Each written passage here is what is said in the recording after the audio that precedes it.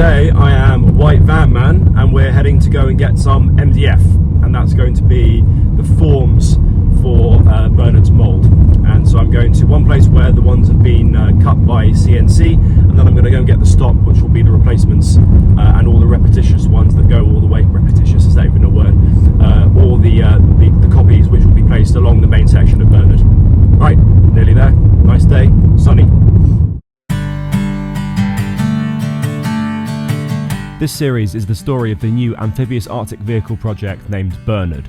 Building on ideas, skills and questions raised during the Allen lifeboat conversion, as a team we will share all those moments needed to get Bernard up north, onto the ice and making himself useful. Welcome to a medium-sized, nondescript industrial estate in the actually rather lovely surrounds of Sussex, which is the bit of England between London and the Channel that stops the French from invading. We'll start with proof that I know how to enthusiastically apply the handbrake of a rental van. I went in to see whether they had messed up my order this time round.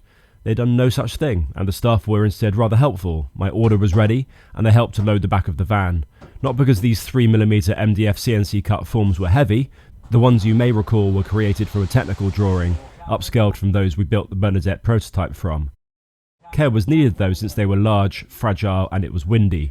Snapping a dimensionally accurate template in half somewhat undermines their purpose. I'll explain why I didn't get them cut initially in the final, thicker sort of board shortly. Well, that was a glorious success. Well done us. What are you beeping about now? Maybe one of the tailgates isn't properly closed. Let's go and check that. Citroën had curiously designed the van storage bay half an inch too short for a standard construction sheet size. That's better. I actually did it properly this time. So that's 7 thin 3mm forms, which are going to be then translated onto the thicker 9mm moisture resistant stuff, which I'm now going to go and collect, when bizarrely it's much cheaper to do it that way round than it was to get these done onto the correct board initially, just because I guess they charge such a premium for doing the CNC cutting. Anywho, many miles were conquered, and although this short section of the London North Circular looks clear, it's been terrible traffic, but we're nearly there to get the moisture resistant 9mm MDF. Nearly there. We now prowl a more urban, medium-sized, nondescript industrial estate. It's wild how sourcing materials from these sorts of companies ends up costing 2 or 3 times less than if you went to a quote-unquote normal consumer hardware store. Anyway, par for the course. Despite getting the "your order is ready to collect" email, they only started prepping it when I turned up, and 15 precious minutes of my life later we could start loading up all these uncut sheets of the proper stuff. It's what the forms, the ribs if you will, of the full-size Bernard pattern will be shaped from. In addition, 2 sheets of OSB on top, which will form the backing of the resin spraying booth. Exciting. Somehow, despite arguing with the van's backdoor locking mechanism throughout, we did get all that stuff back to the yard. Well, it appears we got there, even though the doors weren't apparently, according to the van, properly locked. First out, a load of offcuts our big hardware stores give away for free, and I always find a use for. Then a load of CLS timber lengths we'll use as struts and spacers. Then that OSB, which is seriously heavy. Got that into storage, which frankly is looking rather full at the moment. And then the second most precious cargo, the green MDF. This stuff needs to maintain its shape without even a hint of a warp, and cut cleanly. Here's hoping. Lastly, those precision cut templates from normal cheap MDF. You can see they follow the same succession of shapes we used in the 1:3 scale model version a few months ago. See what I mean about tight for space? It'll all be cut and sorted soon though, but not before I declared my lasting affection for that Bernard of a van door. Now for the cutting, and we start with one of the world's least competent time lapses. Apparently, lots of activity occurring just out of the frame there. Not sure what happened. An inquiry has been commissioned, will commence in 2 years' time, and 3 years later will conclude with nothing of any use. Finally, with the camera pointed at me, I marked out the first shape, and then intending to save a little time, screwed 2 proper MDF sheets together. We don't want them sliding around, separating a little, and totally messing up my cuts when we get around to the zooming around with the saw.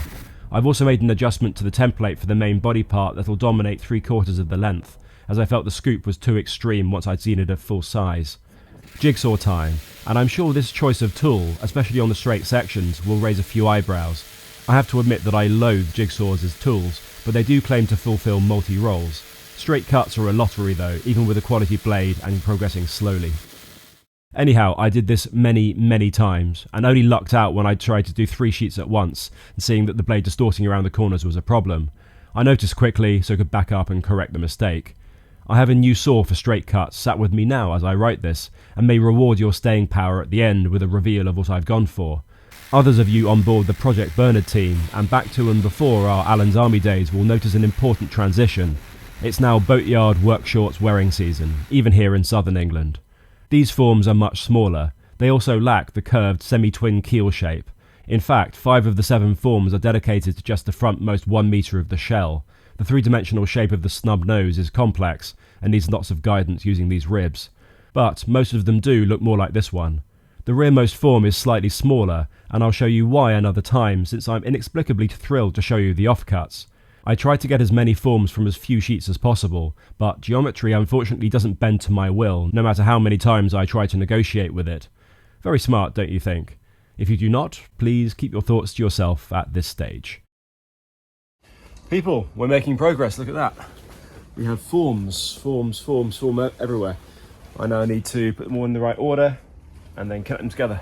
I guess starting at the most compound curved zone, the nose, is as good a plan as any, and it's important to mark the halfway point on each of the cross beams. Usefully, this is exactly 1 metre. Not so critical for the largest ones that will span the beams to the millimetre, but these first ones are narrower of course, and we need them positioned centrally. Then a few holes for the brackets. This first form is awkward. It's the smallest, and since it will actually form a part of the outer face, it cannot be vertical. We need a release angle, otherwise any composite parts created over the mould will refuse to lift away, and that would not do. I'm aiming for 8 degrees, which usefully is the angle it's held at by fixing the top of it to the corresponding top of a length of wood bolted to the other side of the 40mm box section. The next rib goes in fine, and this one can be vertical. I'm using offcuts of the 9mm MDF to act as flat brackets, and they are doing a sterling job. A quick check to make sure this end of the steel frame itself is level, and a triple check that the release angle is as we need it. Good. Now to keep it fixed in place. I dialed in the same 8-degree angle into the miter chop saw and created the first of many support beams. They slot in perfectly, and yet more of those reclaimed wood screws from the old DIY Allen storage boxes secure the whole lot together. These will keep the distances between ribs perfectly consistent, but if all are in this one orientation, there's going to be a structural head scratcher I foresee, and I suspect some of you will spot it as well, and will no doubt tell us all. I really do need to get another hand drill so I can put this little screwdriver away and have one for drilling and one for driving. Releasing and closing the chuck of a drill 20 times an hour is low down on my list of favourite hobbies. Okay, so now you have a picture of how I'm making this pattern. Lots and lots more brackets, endless checking and double checking of gaps and distances, and we make progress. I never assume the distances are the same between each, lest the small error starts compounding and we end up being a whole inch wrong by the time I get to the other end. I really think that was time well spent, as eventually we got to the back, 5 metres back in fact, and everything was still square and true. I would not torture you lot by showing you me doing all those ribs, even less by making you watch it in a drawn-out time-lapse with nothing but royalty-free music to entertain. A number of well-known boat restoration channels would never do that to you. But I really hope these clips now, for the first time, give a tangible sense of what we are creating here. The abstract planning episodes making way for the real, and the wooden. Here is a clue as to why the rearmost one is smaller. To nearly conclude with today, I also made a table as the sun was beginning to set on me. It's over 2 meters long, it's wiped clean, and I've designed it so it can fold down and away over in the portable workshop tent. I also hope it'll be a good friend to my new cutting contraption. And on that note, a little bit more from me. I really hope that this episode has provided something really tangible to grab onto in the Bernard saga, because I know that, of course, the early planning episodes were rather theoretical and abstract. Now that we have the basic pattern in place, you can look at the scale, you can look at the kind of ambition that we have behind this project now. And I know that obviously over the last few months, views have been down on the channel because people are sort of trying to reset and work out which direction we're going in, whether the spirit of the Allen project is going to continue, and I really hope you'll agree that it certainly is.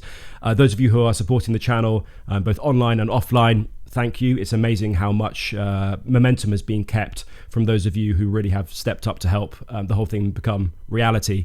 And I'm just going to try and keep the pace of work up. I'm going to try and keep on making big, exciting things using more and more exciting equipment. I promised I would show you this earlier.